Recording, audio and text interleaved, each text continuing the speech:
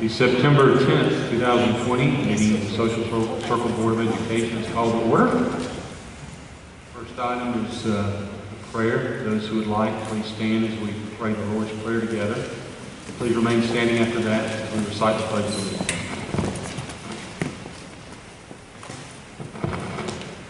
Our Father, who art in heaven, hallowed be thy name. Thy kingdom come, thy will be done, on earth as it is in heaven. Give us this day our daily bread. Forgive us our trespasses, as we forgive those who trespass against us. Lead us not into temptation, but deliver us from evil. For thine is the kingdom, power, and the glory, forever. Amen. Colors in here. Pledge allegiance to the flag of the United States of America, and to the republic for which it stands, one nation, under God, indivisible, with liberty and justice for all. Thank you.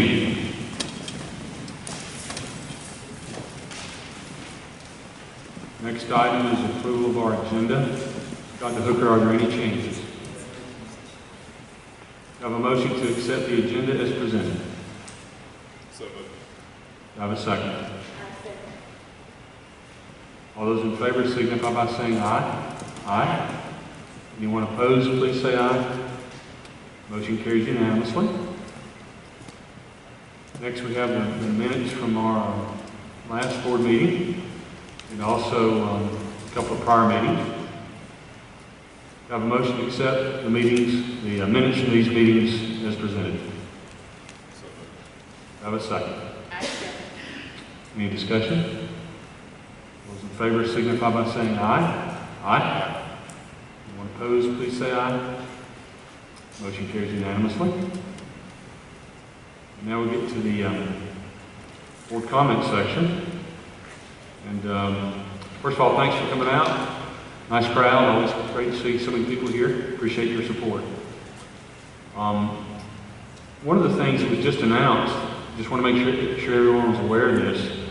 Starting September 14th, at least through December 31st, every child, every student in our school system will get a free breakfast and a free lunch.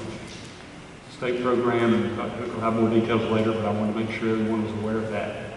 So that's great news for all of our students. Also, our athletics for fall are in full swing. I was going to give you a list of those, but there are too many to list. So I'll just refer you to the upcoming events section. If you go to our website, on the front page, there's a link for upcoming events. And you can get all of our sporting events coming up. I know, for example, one of those is homecoming, which is September 18th, where we host Walnut Grove for our first home football game. So I hope everyone can make it out to that especially. And another event that's coming up for the city, in the first Saturday of October, is the Friendship Festival. And so I hope we'll see everybody's smiling face there as well.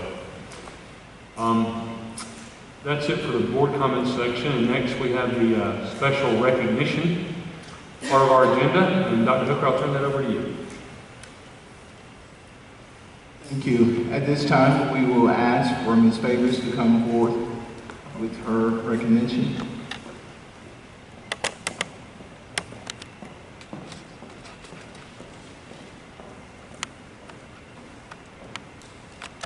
Good evening, everyone.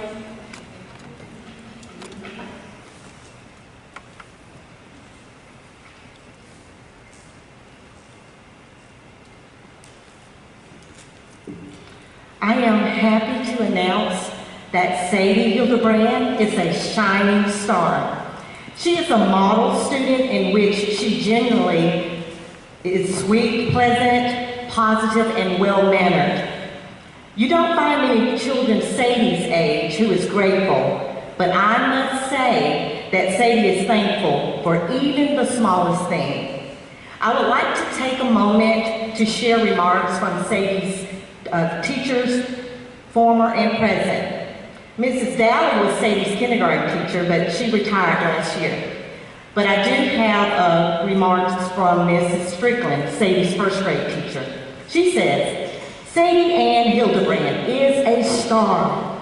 Sadie was the August MVP of her classes in kindergarten, first, and second grade. This means she exhibited star qualities from day one. She is consistently safe, takes responsibility, always has a positive attitude, and shows respect to herself, peers, and teachers.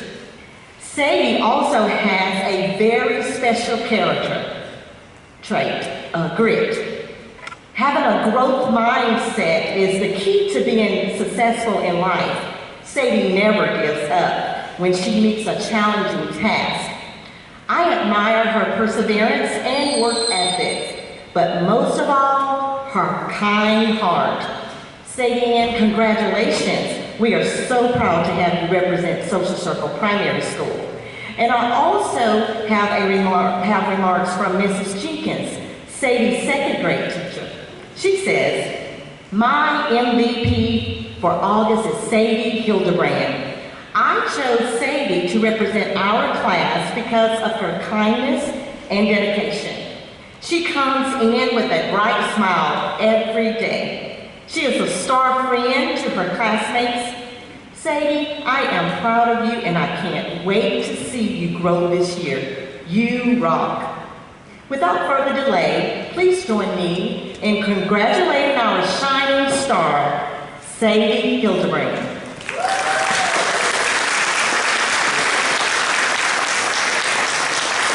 So Sadie, if you will come forward, please.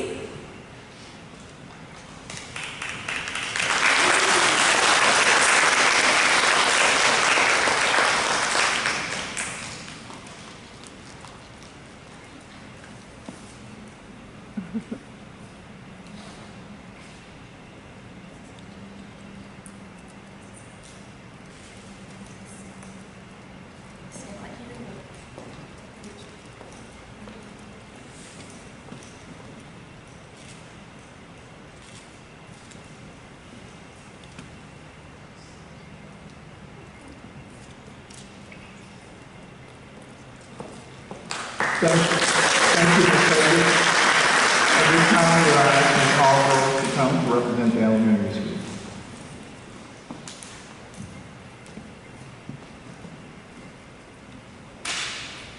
Good evening, everybody. Good evening. I'm going to start by saying that I put this out to the teachers every month when we make our selection. And as soon as I put this name out as one of the nominees, everyone was very quick to say, great choice. So I had the most teachers ever comment on this child, which is a lot to say about her and who she is. So the teachers at the elementary school have chosen to recognize Mrs. Aubrey Rose. And Miss Strauss says she is full of willingness to do her very best. Confident, kind, and pleasant to be around is her character. She is cooperative, helpful, and respectful with her peers and teachers in all activities and assignments. It is a joy to hug her and to praise her, for she is worthy. And then Miss Landis, the Spanish teacher, says, Aubrey is a kind, respectful child. She always follows the golden rule and treats others how she wants to be treated. Proud to watch her grow up over the last several years. Muy bien, Aubrey. And then Miss Rhodes, our STEM teacher, says, she is such a sweet girl. She is always on task. She tries her best on any assignment or task she is assigned. Aubrey has a kind spirit and loves to help others. And then Miss Joyner, Aubrey's teacher last year, Aubrey is such a hard worker. She is motivated to succeed. She is a kind heart and a gentle spirit. She is a great friend to her classmates. I loved having her in my class. And then Miss Archer, her teacher this year. Since the beginning of the year, she has already made such a positive impression. She is a caring, thoughtful young lady who always strives to do her very best. She supports her peers and always shows respect to her teachers and her staff members. So the common language you hear from all of these teachers is positive, caring, respectful, motivated, and kind. So who else better to recognize than Miss Aubrey Rose. Congratulations, Aubrey. If you'll come on forward.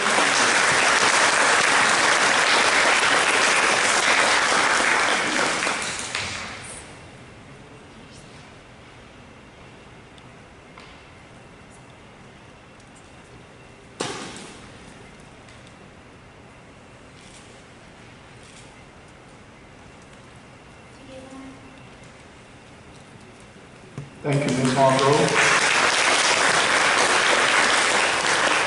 Dr. McCain will represent the middle school tonight.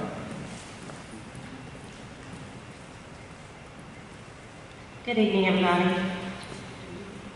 Tonight, we are pleased to announce Tyler Stutchman as the middle school award winner for August.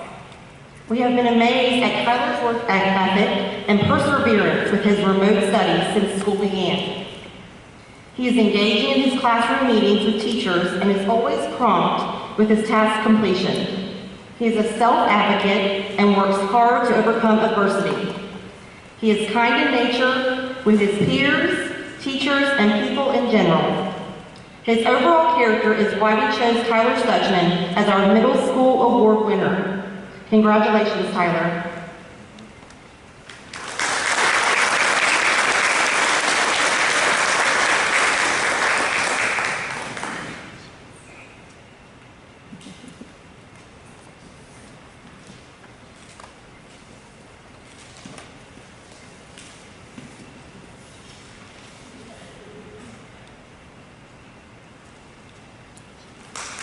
Thank you, Dr. McCain. Mr. Armstrong.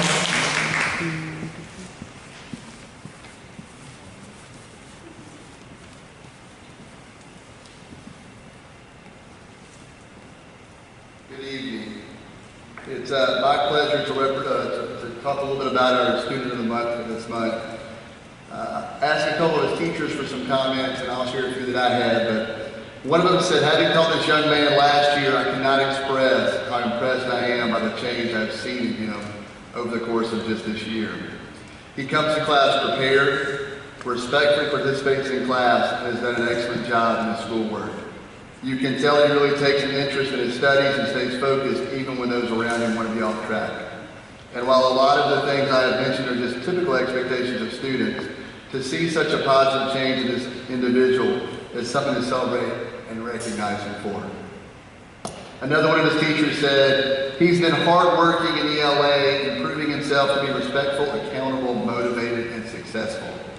He's come to school on Flex Fridays to keep up with his work, and he takes pride in his efforts to be successful in the classroom and elsewhere. I am so proud to teach him. I asked his coach what he could say about him, and here's what he had to say. He said, this young man is doing a great job in the weight room and on the field. He has grown exponentially in his ability to overcome adversity in just the past few months. You see, early in the summer, he always had an excuse when something went wrong.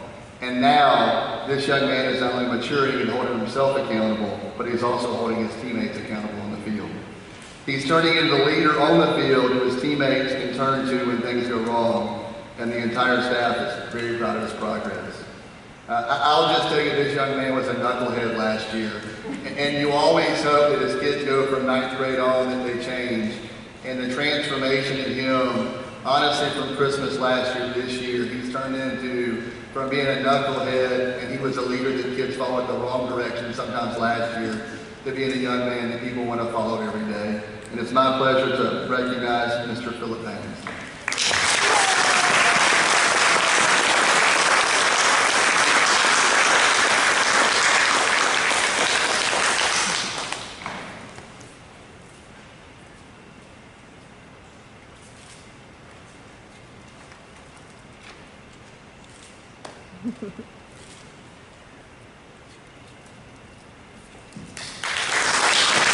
Thank you, Mr. Armstrong.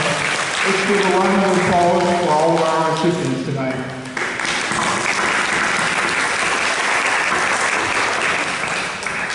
Mr. Chair, it's time for you. Thank you, Dr. Hooker. Thank you, students. Great job. The next part of our agenda is the public participation, followed by our break. And so I would like to ask everyone to please stay for the entirety of the public participation, and then if you must leave, you can do the break. Before we get to the public participation, I just wanted to give a few ground rules. I've done this the last two meetings, so I'm going to be more brief tonight. I think most people that are either speaking have either been to meetings or have spoken previously. So I'm going to make it brief, but just the highlights. When you come up, those speaking, please give your name, address, and any group you may represent. Limit your talk to a maximum of 5 minutes. There won't be any extension. You can keep it briefer if you'd like. Make sure that you don't use any profane language or call anybody out or anything like that. Just simply be respectful. And I know you will. And I know that the people here in the audience will be respectful as well. And so, also the last thing is that if you have any requests of the board tonight, we won't respond to those requests this evening. Generally what happens in any requests made like that would be the superintendent would get back in touch with you in time. And so those are the ground rules. The last one would be, after you speak, if you'll please wipe down the microphone and the podium after you conclude your remarks, that would be great as well. That'll help us out.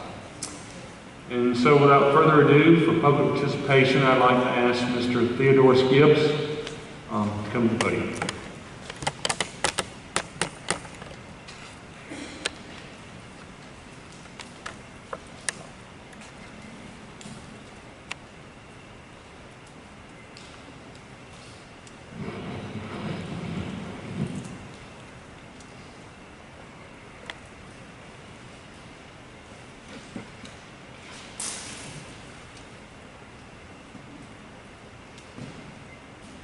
Thank you, Mr. Chairman. My name is Theodore Gibbs, reside in Covington, Georgia, representing Courageously Concerned, discussing the Redskin mascot and asking the board to consider making a change. I know you can't respond to it now, but that's why I'm here. The term Redskin, we've talked about this before. It's a disparaging slur to Native people. And for myself, I was born and raised right here in Social Circle. I went to school here from kindergarten through 12th grade.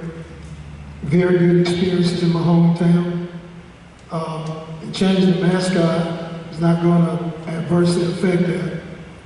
Had an opportunity to be an original member of the football team. I can remember going to the football field at Benny Hill Cemetery, digging up rocks with teammates, classmates, and also coming back to be a teacher and a coach in the community. Had an opportunity to coach football and basketball, played basketball, played football, and then had an opportunity to be an administrator and assistant. So I was a Redskin. And as I matured in my thinking, I just view our mascot as not justifiable to the tradition of Native people or indigenous people. It's actually a put down, a slur. And it grows even more when I help coach the middle school girls basketball team. We had one of our grandparents come up to my wife and I as we were coaching and said, "Coach Gibbs, you know that's a racial slur to Native Americans." And I began to think more, reflect on it. And so my view has changed. But my feelings towards my hometown and the school system, that won't ever change.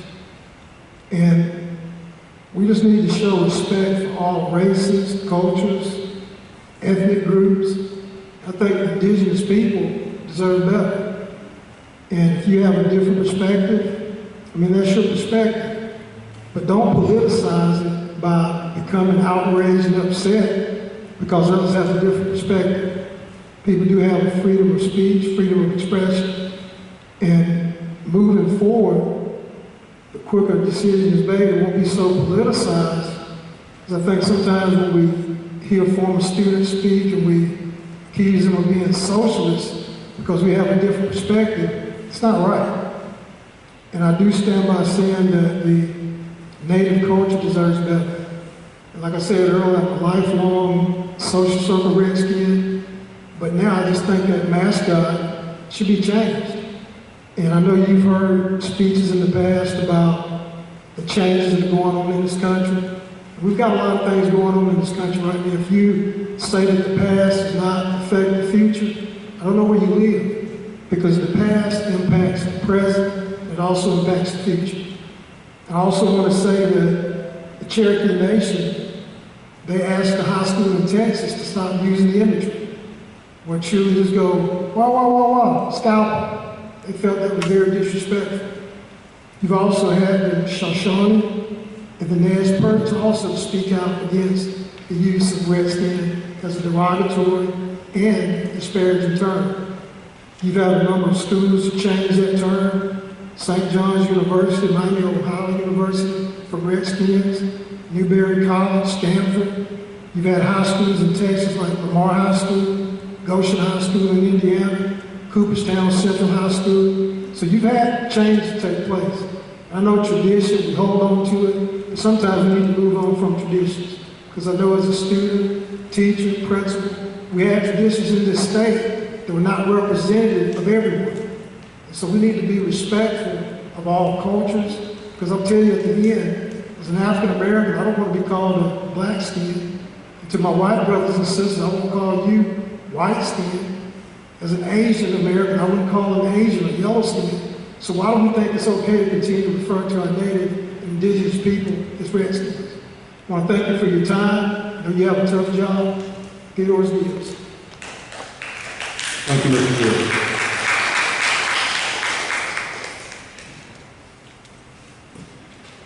I'd like to ask Mr. Michael Davis to come up to the podium as soon as Mr. Gibbs cleans it up a little bit.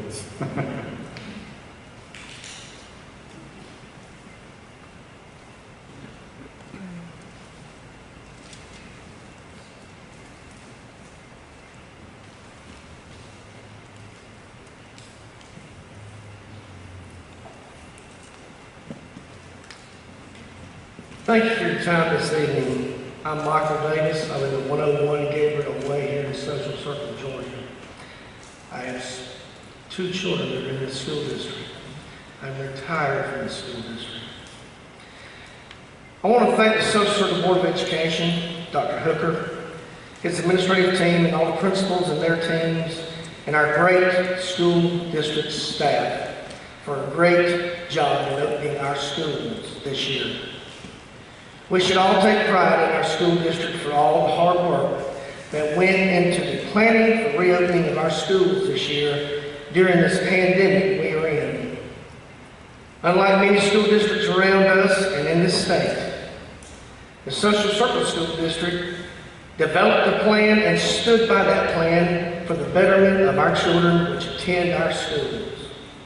I cannot say enough about the great communication between our school system and us, the parents.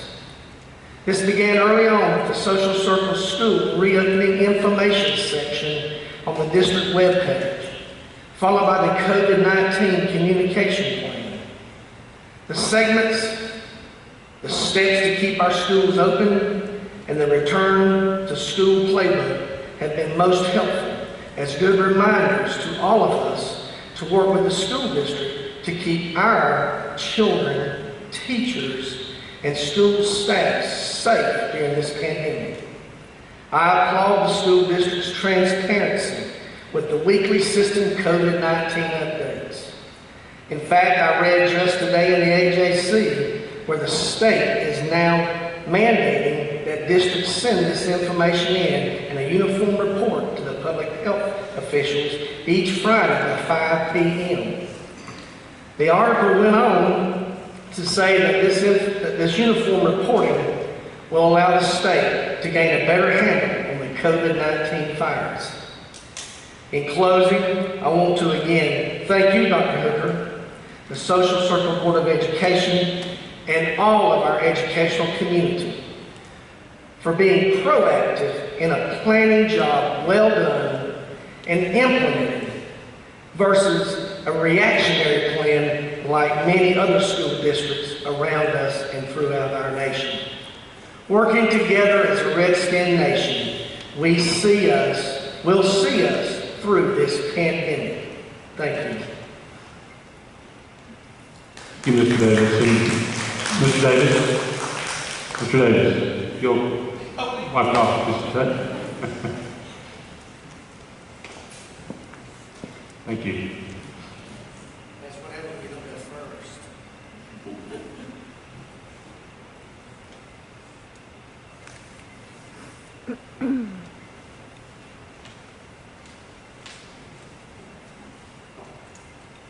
Thank you, Mr. Davis. I'd like to ask Ms. Kelsey Provo to come to the podium, please, and tell me I pronounced your name correctly. You did. It was perfect. Great. Thank you. Thank you. Alright. So first off, I'd like to say thank you for allowing us to speak tonight. I'm Kelsey Provo. I live in Canton, Georgia, but I am an alumna of Social Circle, and have lived here all my life. And I represent Courageously Concerned as well. So I'd also like to preface this speech with an apology ahead of time for the use of offensive language in it. I want to note that these terms are used solely in an academic and historical context, and I will let parents know which section I'm about to state it if you feel that you need to cover your children's ears. I promise once again this is used solely in an academic and historical context.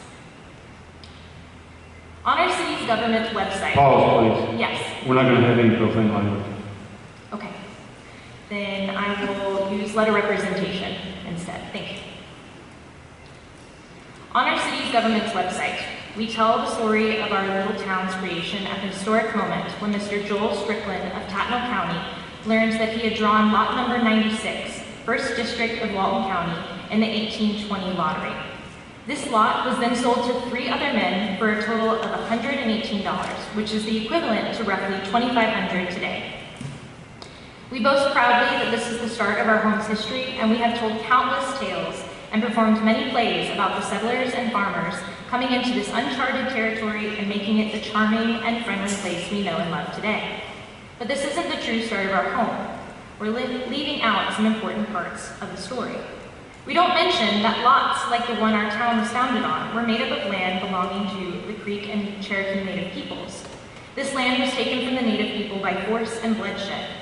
Our founding state placed ads in the newspapers rewarding settlers with $200, the equivalent of $4,200 today, which is more than the land itself was worth, I might point out, for every redskin sent to purgatory. This ad certainly puts into perspective the negative and offensive connotation this word represents to many Native people today. Some may argue that the word didn't start out that way and continues not to be used in that way today, and many articles do shed light on the term's original usage. Ives Goddard, a native language scholar at the Smithsonian Institution, learned through his research that the term is derived from Native American phrases involving the color red in combination with terms for flesh, skin, and man. Further in his article, though, he discusses that the term over time in the English language was used in reference to violence by or against Native Americans, developing a harsh and violent association with the word. Linguistic scholars call this pejoration, the historical process by which the semantic and connotative status of a word declines. This morphology and meaning and connotation is a natural process we've seen countless times in our language, including but not limited to derogatory terms such as the following: the F word, which was originally used to describe an English public schoolboy who acts as a servant to an older schoolmate; fairy, which in Anglo-Saxons 1330 AD meant a dazed and excited state of mind; or the B word, which means a female dog or other carnivorous mammal.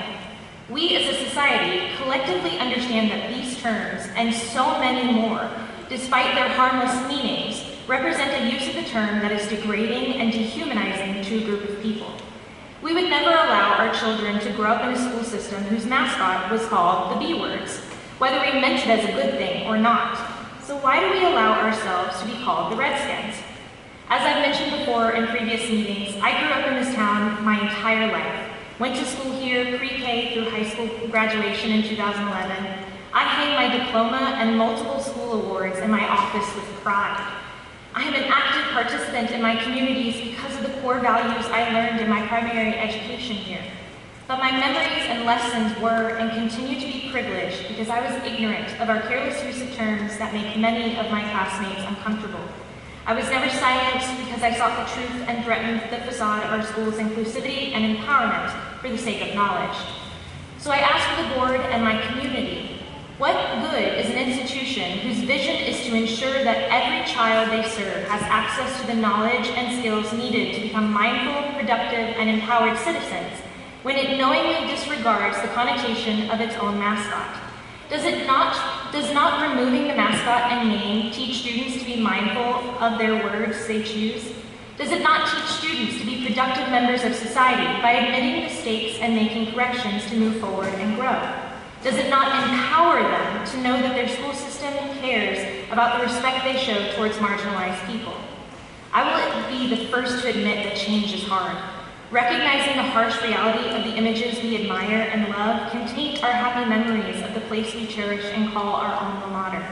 But that's the beauty of memories. Change cannot and will not ever take away what those memories mean to us. Change will not take away our values or our purpose. It will only make us a stronger and more loving community. It will show future generations that we are humble enough and strong enough to create a safer and more respectful environment for all our students. And as our mission states, empower students with an excellent and equitable education. Thank you for your time. Thank you.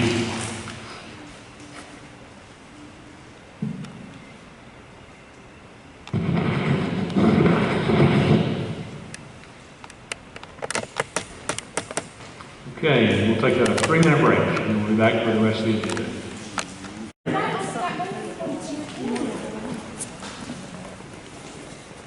Thank you.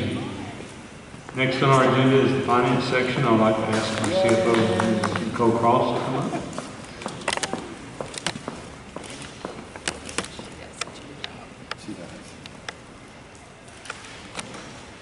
Okay, good evening. Tonight presented is the July 2020 financial report, and you can move to the first page.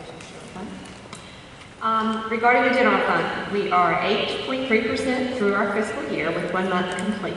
We have spent 9% of our general fund budgeted expenditures, and we've received 5% of our general fund budgeted revenues.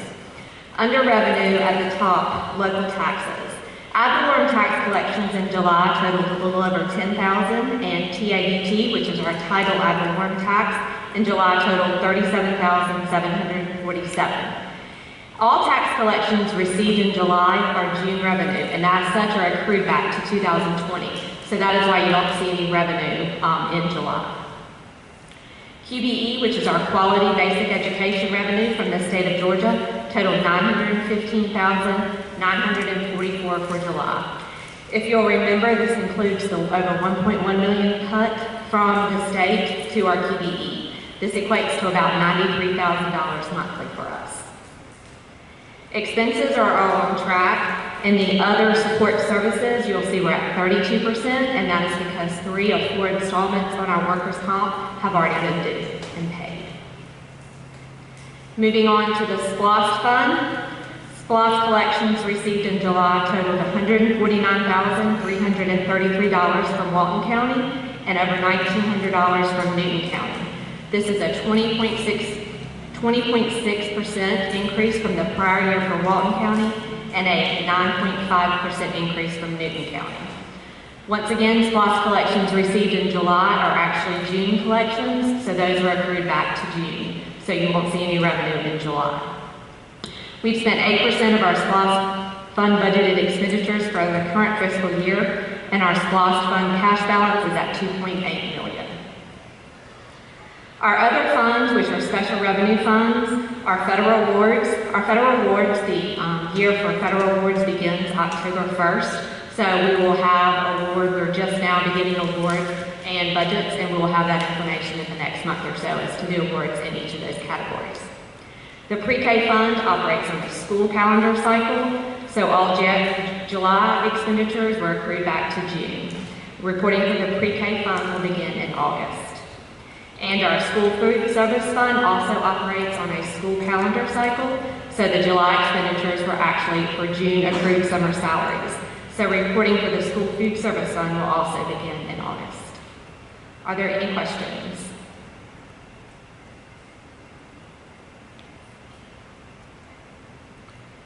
Okay, having no questions, I have a motion to accept the financial report for July 2020 as presented. So moved. Do I have a second? All those in favor signify by saying aye. Aye. Anyone opposed, please say aye. Financial report, motion carries. Next, we have a report on the Freshway Change for Schools program. In July, the collections totaled $3,039.51. This was allocated to each school for classroom supplies. This brings the total collections to over $78,000 for the program. Any board member have a question on the report for Freshway funds? Just like to thank Freshway and all Freshway's customers and keep rounding up. Very helpful. Thank you, Mr. Powell.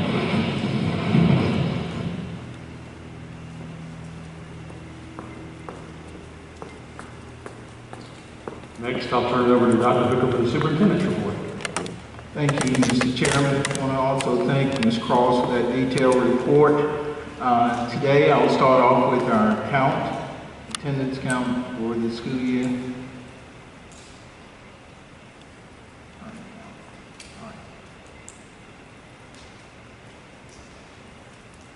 Our current count, our total enrollment thus far is 1,841 students. As you can see, our elementary school is sitting at 354 students. Our primary school is sitting at 451. Middle school, 446, and our high school is at 488. And this does include our remote students as well as our virtual students. So you will see an increase in our enrollment thus far. And so that's our count. Any questions from our board? If there are no questions from the board, I'll ask Mr. Armstrong to come and give the board a brief update on our new protocols and procedures for our upcoming football season.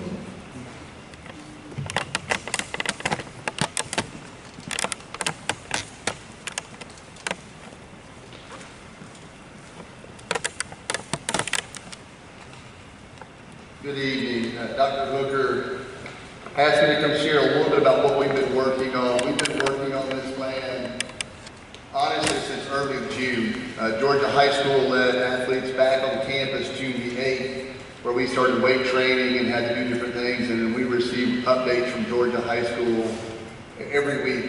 So they've been giving us weekly updates since early in June, and then over the last probably month and a half, we've been talking about athletic events. While we're talking about safety and priorities in the school and procedures, we want to do the same thing, and so I want to share with you. So I call this our Friday Night Life plan, and we push this out to the community, and then we send this same thing out to each of the schools that are coming to visit us. We've been able to go to a away game last week. We have another tomorrow night, so it's also given us kind of a chance to see what other schools are doing in our area. And so you'll see that the first thing we're going to do is limit the capacity in the complex to 1,000, and that's going to be 500 people on each side. And so I want to answer a few questions for you. One of the ones that we're getting right now, we bought red seats, we have season passes. Do we still have to buy tickets? And the answer is no, you've already bought your ticket, so come on in. But what we've done, red seats, any of our senior passes, any of our student passes, that number will come off the 500 total. And so Mr. Hargrove and I were actually working on that today. We've calculated the number of seats that have already been sold. Those are already on the home side, and so those will come off the total of that. The visiting side will have 500 seats also. And then what we do each week, we send the visiting team information with a link, and then they can purchase their ticket. For the first game, we're actually going to ask the visiting team, because it's Walnut Grove, we're expecting a large crowd. They're not going to bring their band, it's just going to be a football team and cheerleaders. That's pretty consistent with much of the area. Gates will open at 6:30, so we're actually going to shrink the time. We're going to ask you to come in. We'll open them at 6:30. We're going to pre-sell all the tickets ahead of time. So if you want to come to the game, you got to get tickets ahead of time. We're not going to sell tickets at the gate. We're going to do that because obviously one of the places that social distancing would break down is if people are waiting in line to come into the event. And so we're pre-selling all the tickets that way. The other question we're getting are about GHSA passes and SCCS employees. Listen, I want to talk for just a couple minutes about both of those. So Georgia High School gives board members, coaches, and whatnot a Georgia High School pass. And we're going to honor those. Listen, you guys do great work, and we're grateful, and so we're going to honor those. What we're going to do early in the week is ask you if you're going to come. And the reason we're doing that is because we want to know the number so we can account for you and take it off of the 500 totally. Let us know how many tickets to pull out for you guys. So we'll send you guys a link early next week.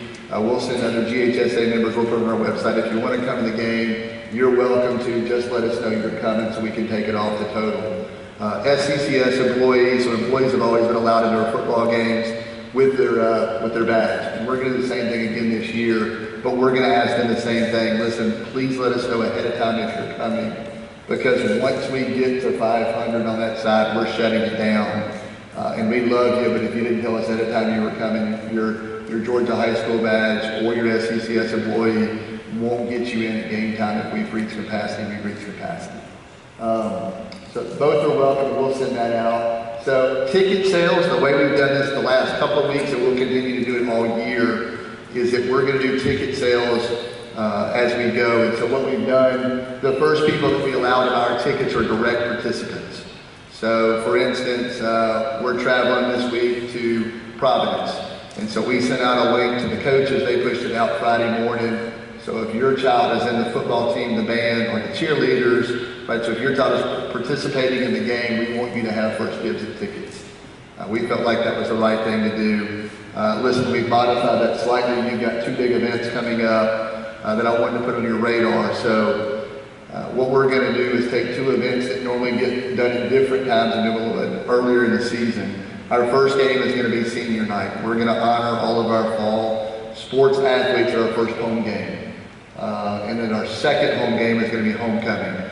And we're doing that, and listen, talking to principals in the area, there are a lot of us doing the same thing. We're dealing with a situation that's some under our control, but some not. Listen, we saw several games, even last weekend, already get canceled. And we really want a chance to honor our seniors and to do homecoming. And so we thought, let's push those to the front of the year and give ourselves the best chance. And so that night will be a little bit different. When we send it out to direct participants, we'll also send out, if you're a fall sports athlete, if you're a senior specifically, and we're honoring you that night, you can buy up to 4 tickets. Listen, we want your family to be able to get in and see you get honored for senior night. We'll do the same thing for homecoming. If you're on the homecoming court, if you're part of homecoming, we'll give you a chance to buy tickets on the front end. Once we sell tickets to direct participants, the next people will be our students and SCCS employees, and that's where we'll push out for you guys early in the week. Hey, if you got a GHSA pass, if you're an employee and you're coming, let us know. And then what we'll do is push out starting on Wednesday to anyone who's not a direct participant, not a student, not an employee, and then we'll push it out that way. One of the questions we're starting to get, listen, what if you sell out the home side? So what we've actually done with our visiting teams, where we're allotting 500 seats on both sides. For instance, next week with Walnut Grove, we're going to give them 400 tickets to sell in the beginning. And then we'll communicate with them middle of the week and see where we're at with tickets. If we sold ours, if we've already sold all 500 of ours, then we'll sell the other additional 100 of our tickets on the other side. If not, then we'll do it. The idea is to make sure we get everyone that wants to come in, but do it as very equitably as you can. Listen, speaking of that, one of the things you'll see is that the tickets will be different this year. So you can come into school and buy a paper ticket. So Monday, Tuesday, Wednesday, Thursday, we'll sell paper tickets. The paper tickets are going to be color-coded based on the side that you can get into. It's the only way we can actually make sure that if we limit it to 500 on each side, we stay at 500. So when Walnut Grove buys a ticket next week, their tickets will actually be green, ours will be red. That way we can tell pretty quickly which side you're supposed to come into. If you buy it on an app, so GoFan has an app, so we have some people who, community members that may not be able to make it in during school, and so you can buy the phone, you can buy the ticket online. You'll actually bring your phone, so it's a touchless way to enter the stadium. We'll actually take a stylus, touch your phone, take the ticket, let you come in, but the tickets even online will be home or away. They'll be both, so we can keep people on both sides. So those are the two ways you can buy them.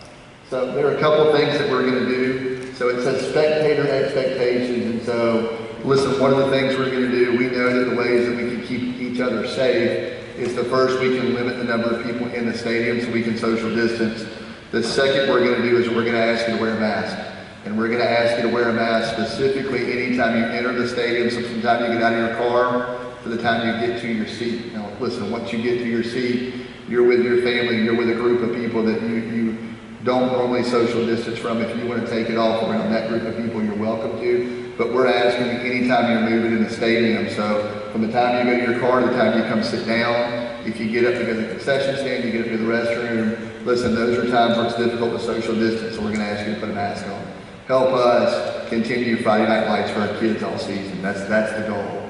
The other thing we're going to ask is that students that are in K through 8, those guys are still welcome to come. We'd love to have them. We're just going to ask that they be accompanied by an adult. And listen, the reason for that's pretty simple.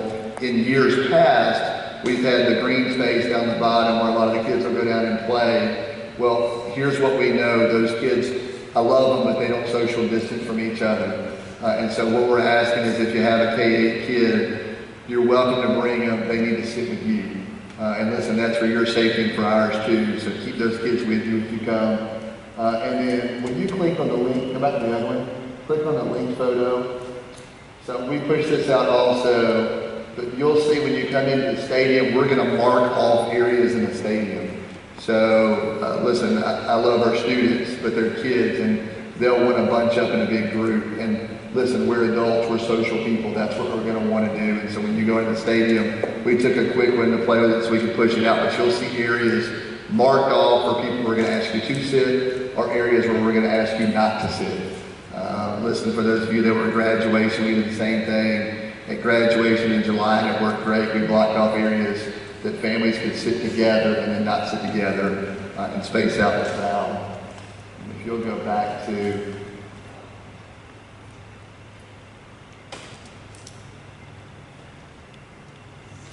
Is that the end of it? Yep, there it is. So if you'll go there, the last one, listen, the other thing we're going to do, normally when you get to stadium, you can move backwards and forwards the whole time. What we're going to do specifically the first half is if you're on the home side of the visiting side, you're going to have to stay on the home side of the visiting side. The reason we're going to do that early in the game is that what we're afraid if we open it up and we put 500 on each side and leave the gates open, that we're going to have people moving back and forth, and I'm going to have 600 or 700 people on one side, 200 or 300 people, and I don't want to do that. We're going to have an opportunity for people, if they want to purchase stuff either concession stand or move back and forth, we'll open that up the end of halftime, the beginning of the third quarter, but the first half we're going to shut it down to make sure people stay to our best degree separated out and spaced out. So, any other questions I can answer for you guys? Yes, ma'am.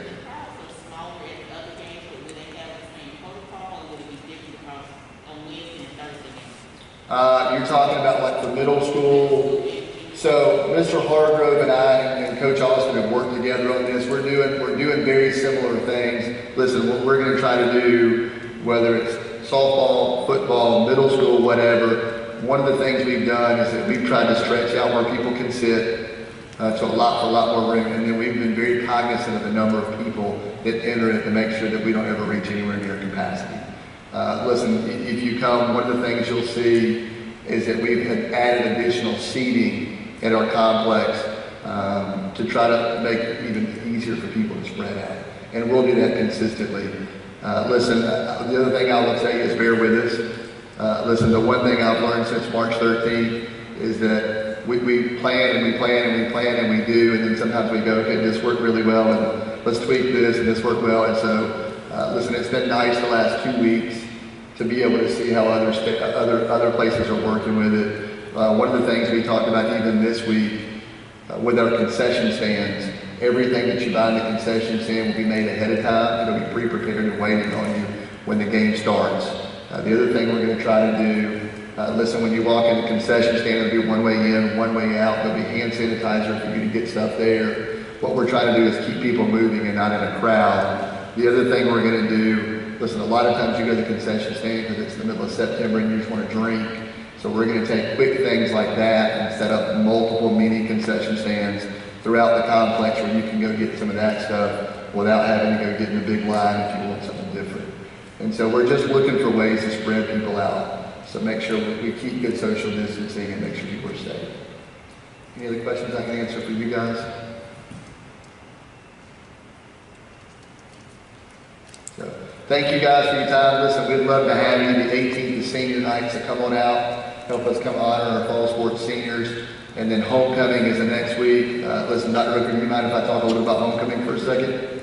So, we'd love to have you for homecoming. That will be the second week of the season. We're going to do things as much as we can, as similar as possible, a few things different. We'll still do a parade. The parade will be on Thursday night like it's always been. The parade is going to be a little bit different. People won't be walking.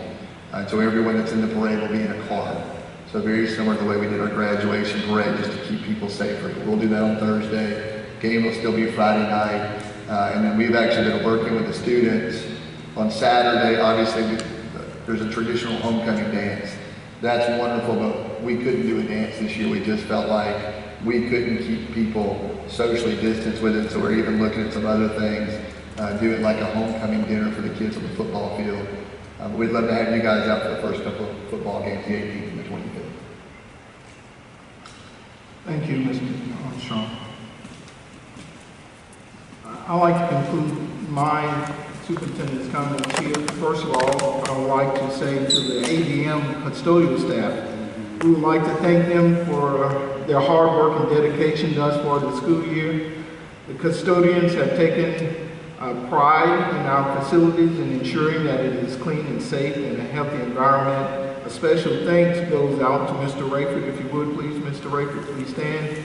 Mr. Joseph, as well as Dr. Watkins. We also have some ABM employees sitting in the back, I see in the stand as well.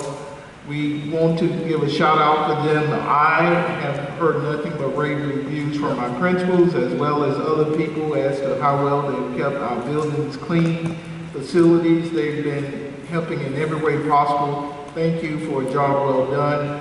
Lunch on me tomorrow. So thank you so much. Thank you guys, appreciate you. All right, just wanted a few other things I'd like to share with you. The free meals, school meals for all students. I think we pushed out that on social media as well as on our school website. That is being done from the federal government, and we're very appreciative of that. United Way Walton County Awards, we received 2 awards from the Chamber on yesterday. Those 2 awards were presented to our district for the highest percentage over goal and a plaque for pace setter. We had set a goal, I believe, of $7,000. We raised over $8,000 for the United Way. I'm very proud of our staff and faculty for contributing to that organization because it helps our students, it helps our families. We will continue to do that. And thank you for contributing. This year we've set a bar. I'm hoping we will surpass that as well.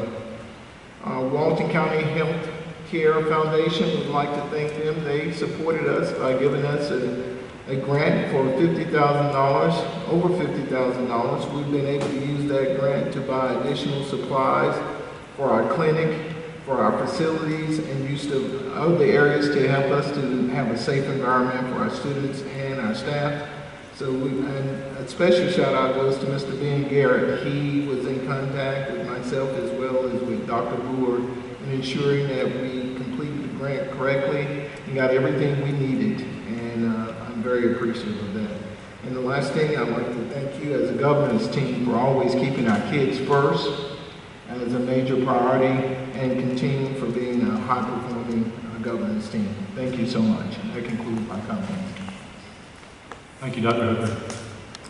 Next item is new business action items. And under there, we have a resolution for surplus property disposal. As I open that, the superintendent is recommending that we have a surplus property disposal of 4 portable classrooms. You can read the resolution there. And I'm asking for a motion to accept the superintendent's recommendation for this surplus disposal of these 4 portable classrooms. So moved. Do I have a second? Any discussion? All those in favor signify by saying aye. Aye. All those opposed, please say aye. Motion carries unanimously. All right. Next, we have a surplus technology. And is there a reason you're going to explain this one to us? Not this one, it's the last one. Okay. On the surplus technology, you'll notice if you look at the attachment, there's a list of items to be made surplus. I'll not read it to you, but there are numerous keyboards, desktops, et cetera, printers. And the surplus would be going to work for Eli, located in Conyers. Do I have a motion to accept this surplus technology recommendation from our superintendent? Do I have a second? All those in favor signify by saying aye. Aye. Anyone opposed, please say aye. Motion carries unanimously. Next, we have a action item for the purchase of 2 buses. And the first one is a 72-passenger bus. Indicates on our attachment the total funding is a little bit over $93,000. And the state of Georgia has a bus allocation that covers a little bit over $77,000 of that. The rest would be covered, $16,000 would be covered from our SPLOST budget. And you'll see that there have been 2 bids received. The one our superintendent is recommending is the lesser of the 2 bids, the one for $92,991 from Thomas Built Buses. And then for the second bus, there's a need for a 37-passenger special needs bus. And that one has a cost associated of close to $99,000 that would come from our SPLOST budget. There were 2 bids received on it, and the superintendent is also recommending that we accept the Thomas Built Bus bid for the special needs bus of $96,345. Do I have a motion to accept the superintendent's recommendation to accept these bus quotes from Thomas Built Buses for these 2 buses? Do I have a second? Any discussion? All those in favor signify by saying aye. Aye. Anyone opposed, please say aye. Motion carries unanimously. Next, this looks like something that the superintendent talked about previously, which is the Walton County Healthcare Foundation donation of $50,767.52. And were you going to comment on this one, Mrs. Carnes? You're doing well, so I'm here if you have any questions. Okay. As Dr. Hooker explained earlier, this is for a lot of different supplies, mostly related to of course, wellness and healthcare. And I'd just like to mention that the Walton County Healthcare Foundation, not just here, but in past years, has been a great partner of our school system. And they're so supportive, and we really appreciate their contribution. And they're incredibly valuable, and appreciate their partnership. And so do I have a motion to accept the superintendent's recommendation to accept the donation from the Walton County Healthcare Foundation, $50,767.52? So moved. Do I have a second? All those in favor signify by saying aye. Aye. Anyone opposed, please say aye. Motion carries unanimously. And next on our agenda, we have the Perkins 5 Local Plan for Career and Technical Education and 1-year funding application for fiscal year 21. We have Mr. Alan Coleman here to tell us about that. John, if you could go back, the Second, the item you just approved had 2 action items listed. One was to accept the donation, and the other was to approve the budget amendment Okay. as well. There's another recommendation I need to make on the topic of the Healthcare Foundation donation. And that is to accept the budget amendment as presented on the document before you, and as mentioned by Mrs. Cross. I have a motion to accept the budget amendment. So moved. That was second. I second. All those in favor, signify by saying aye. Aye. Anyone opposed, please say aye. Motion carries unanimously. Thank you, Mrs. Cross. And now, we'll turn it over to Mr. Coleman. Thank you. My name is Alan Coleman. I'm your new CTAE director. Looking forward to getting to know you all personally over the course of time. First, I'd like to say thank you very much for the legacy of strong support for the CTAE program that you guys provide here at Central Circle Schools, not just financially, but the partnership that you provide for the program, which is very beneficial for our kids. I've been advised by several people, some local, some at the State Department, to emphasize that I'm not here to ask for new money. So no new money tonight. What I am asking for is that a request to approve our FY21 CTAE and Perkins local plan. Some of you may know the plan was done a whole lot differently this year than it has been in the past. There was a great deal of stakeholder input that was required to put the plan together. We did that through a series of online surveys. We had nearly 200 responses on those surveys, so we felt really good about that. Stakeholder input was then collected, analyzed, and from that data, it served as the basis for our local plan, which has already been approved by state DOE and resulted in an annual federal funding amount of $16,515. When you combine that with the local money that you guys approved last month, plus the state and CARES Act grants, we've come up with right at $71,794 to use with our program for this year.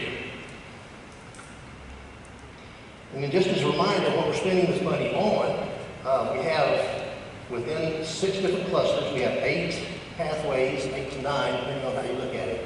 In ag with Mr. Ben Brand, we've added wildlife management this year. Business management with Jim Brand, still doing business and technology. Education and training with Ms. Janice Garrett, still doing preschool and the early child education pathway. Colonel Chick and Sergeant Dignam still doing JROTC. And we're really excited about a new program where they're pushing it down to 8th grade. So we're able to pull some of those kids earlier to get them started. Healthcare science, we've got Mr. Colin Sasso and Ms. Laura Smith doing the pathways there. And then in IT, the web and digital technology pathway with Ms. Rita Carr, and she's also doing our work-based learning. So the money that we spend, the money that we invest, is really powerful for what it can do for our kids and helping them move forward. Any questions?